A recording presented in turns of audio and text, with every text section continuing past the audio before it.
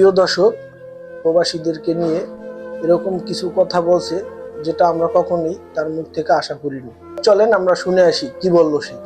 এই মদখোর নেশাখোর জুয়াখোরদেরকেই পাঠাবে হচ্ছে বিদেশে রেমিটেন্স ইনকাম করতে, কেন বিদেশে কামলাগিরি করতে তো শিক্ষা লাগবে না।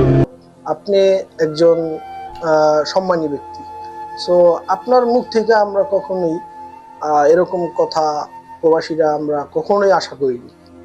আপনি এরকম ভাবে কথা বলবেন না যে আপনার একটা কথার কারণে হাজার হাজার লক্ষ লক্ষ প্রবাসীরা অনেক কষ্ট পায়। সো আপনি কয়জন প্রবাসীর সম্বন্ধে আপনি জানেন যে কয়টা প্রবাসী নেশা করে, মদ খায়, কয়টা প্রবাসী অশিক্ষিত? এখানে প্রবাসীরা হাজার হাজার প্রবাসী আছে শিক্ষিত, ভালো ভালো অফিসে জব করে, ঠিক আছে?